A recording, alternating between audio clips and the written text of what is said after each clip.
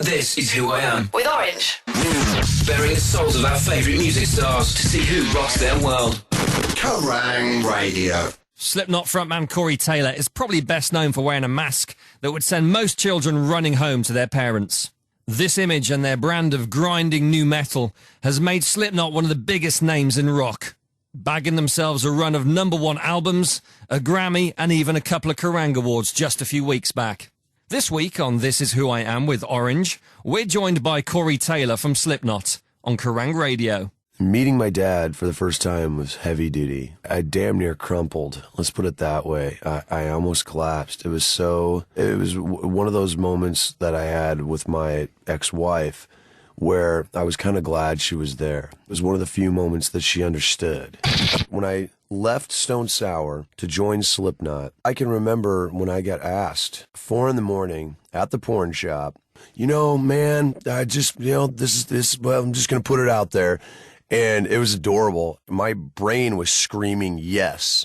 After the initial success, there were very high points, but in 2003, there was a definite low point going on. Obviously, there was the incident at the Hyatt on Sunset. I can remember standing on that balcony, ready.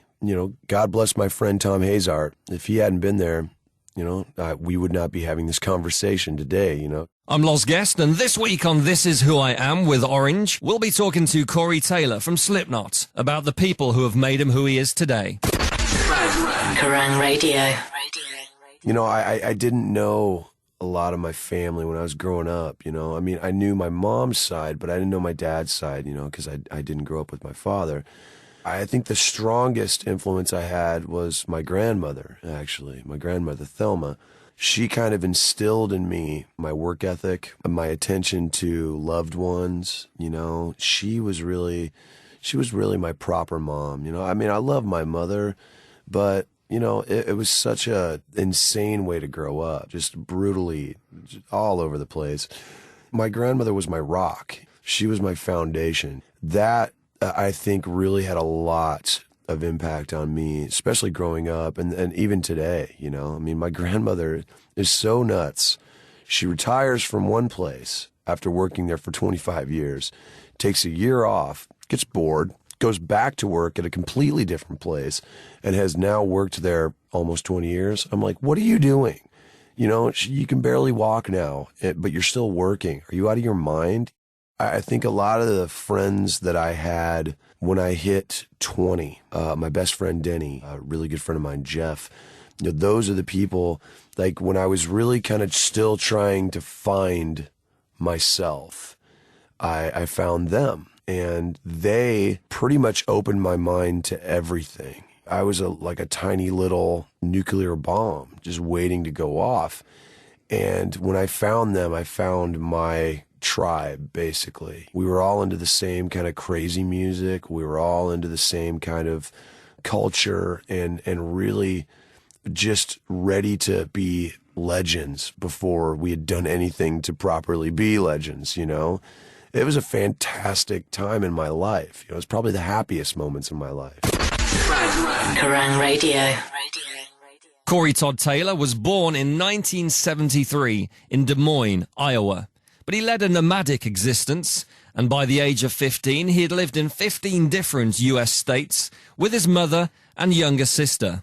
I had absolute terrible time trying to make friends when I was growing up, just because we did move around a lot. Because of my personality, it's the class clown syndrome, the extrovert, the, hey, I'll take my pants off for a quarter, I was that guy, and it worked in some places, it didn't work so much in others. I can remember a 1-year period. We moved 4 times. I went to 3 different junior high schools. I was a dork at one.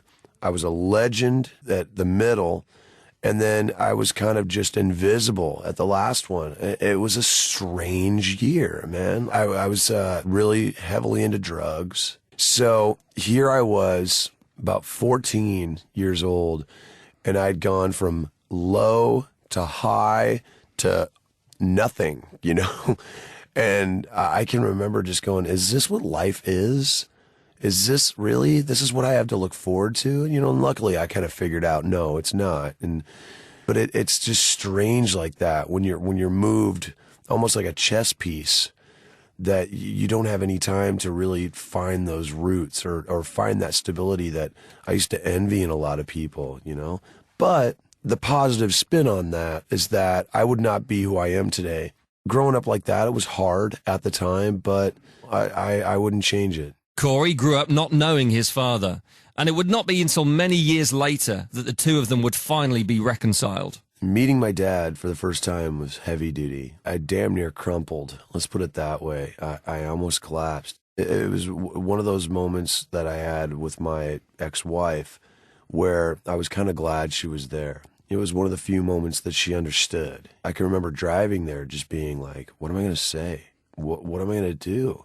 You know, because before that, we'd only talked twice on the phone, you know, and then the first time I talked to my father was in Brazil. We talked for 45 minutes, and we both were just so emotional about it. I mean, in that 45 minutes, a lot of my misconceptions or notions burned.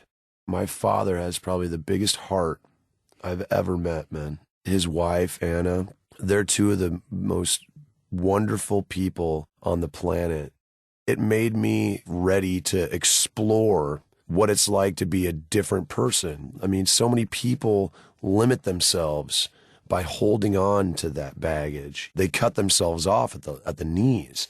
And for me, meeting my father and seeing how he was and seeing that other side of where I came from allowed me to kind of ascend spiritually.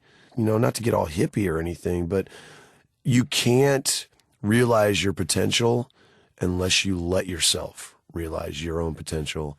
And that's what I really took out of discovering my father. Burning Love by Elvis is probably the one track that me and my grandmother kind of bonded on. When I learned to play that on guitar, I ended up sitting in my grandmother's living room playing that for her, and her like crocheting and just giggling. I'm Loz Guest, and you're listening to This Is Who I Am on Kerrang Radio with Corey Taylor from Slipknot. It was by the age of just 9 that Corey was bitten by the performance bug for the first time, thanks to an impromptu concert at his cousin's house. The first song that I ever performed was, and it was honestly by accident. You know, I was at my cousin's, I think it was a birthday party, and we had actually kind of left there. All the family were, you know, they're all, you know, hanging around the kitchen table, doing whatever, and we were in her room just listening to music and whatnot. You know, she was a couple of years older than me, so she had kind of turned me on to a lot of music then.